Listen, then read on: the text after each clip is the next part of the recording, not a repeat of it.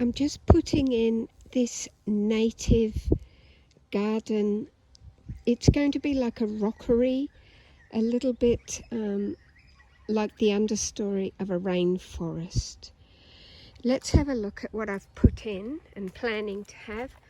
There's the maidenhair fern here, which is very low haze across the ground.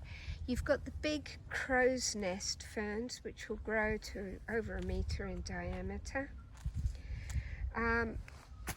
This is another type of maidenhair fern that's got a broader leaf, and I've got 2 of those.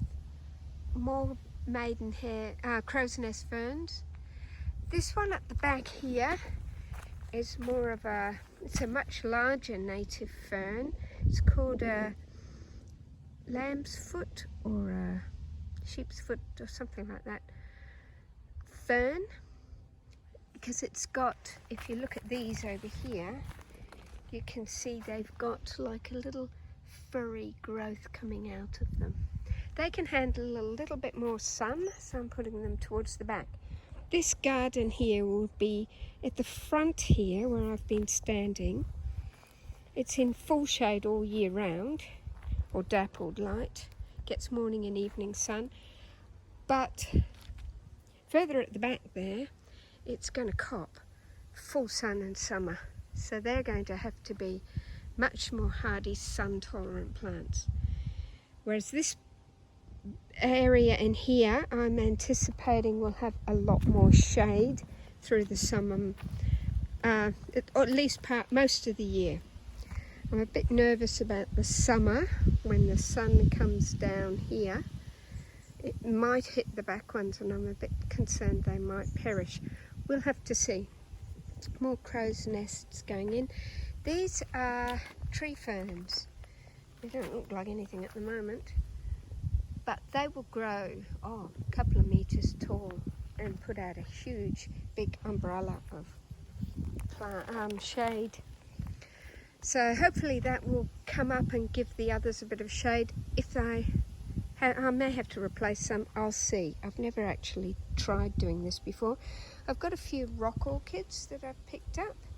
They're going in here towards the front, and they will, rock orchids or king orchids as some people call them, they have a big, huge frond of flowers coming out like this, and they can be up to 50 centimeters long, beautiful creamy white.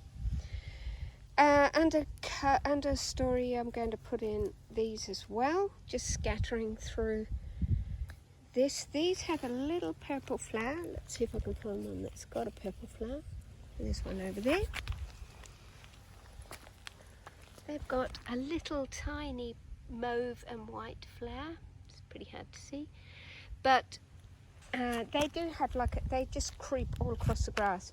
Now, to keep this moist, I'm going to be putting not drippers but sprinklers through here, all through this area. It's going to be sprinklers, and it'll get sprinkled daily. The ones at the back will have drippers going through, and as they grow and become hardy, they'll need less and less water, and they'll be able to compete with and just cope with whatever they get. So that's the plan so far. I've got a lot more plants to come in, but that's where I am now. Oh, I have to get one more tree fern to go in here, but I haven't got that one yet. They only had 2, so I have to get some more.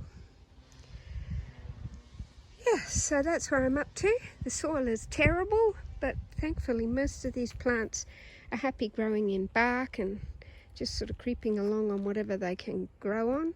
Being ferns and epiphytes, like these are epiphytes, so they'll actually just grow on the side of a tree. But I don't have one, so I'll just have to deal with what I've got, which is putting them in the ground. Yeah, so that's it. That's my garden plan. I'll put them all in today, and hopefully they'll come up all good.